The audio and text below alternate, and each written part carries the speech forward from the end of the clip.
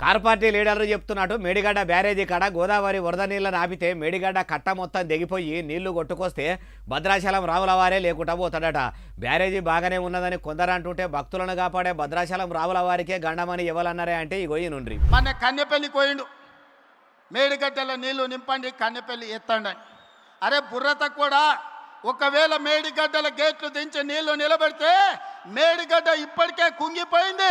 రేపు తెగిపోతే భద్రాచలం రాముడే ఉండర్రా, 44 ఊర్లు ఖమ్మం జిల్లాలో కొట్టుకోపోతే దుర్మార్గుడా.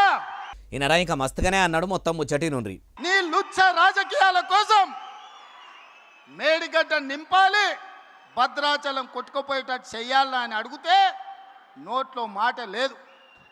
తెల్లారే అలా బావొచ్చాడు. అయ్యా మలి ముఖ్యమంత్రి యనుమల రేవంతాలు సారు, మరి మేడిగడ్డ బ్యారేజీ మొత్తం ఖరాబ్ ఉంటే నీళ్లు నింపితే భద్రాచలం రాముల వారే కొట్టుకపోయేటట్టు ఉంటే కన్నేపల్లి కాడున్న పంపులను షాల్ చేసి నీళ్లు మొత్తం పంపు చేసుకుంటా మీది బాదుకున్న రిజర్వాయర్లను నింపే పని పెట్టుకుంటే ఏమవుతుంది? అట్లెందుకు చేస్తలేరు? ఇంకో ముచ్చట ఏంటంటే ఎంత లోతుందో తెలియని సముద్రాలనే పెద్ద పెద్ద బ్రిడ్జిలు కట్టేంత టెక్నాలజీ ఉన్న ఈ కాలంలో మేడిగడ్డ కాడ కట్టిన పిల్లలు గుంగిపోతే అవిటిని మునుపటోలే చేసి పర్రెలు తొర్రలు మూసి బందోబస్తు చేయాలన్నా ఇట్లా పొద్దుపోతే ఏమొస్తుంది? రాజకీయాలు చేస్తున్నది కారు పార్టీ లీడర్లు మాత్రమే కాదు సారు, మీ షెయి సర్కారు లీడర్లు కూడా. మీ మలి సర్కారు ఏలుబడిలకు వచ్చి 2 ఏళ్ళు దాటిపోయి 3 ఏళ్ళు దగ్గరికి రాబట్టి అయినా కూడా ఎనుగుల చిప్ప ఎనుగులనే అన్నట్టున్నది. ఇప్పటి వరకు కాళేశ్వరం ప్రాజెక్టును సక్కదనం చేసింది లేదంటుర్రు ఈ ముచ్చటిన్నోళ్ళు.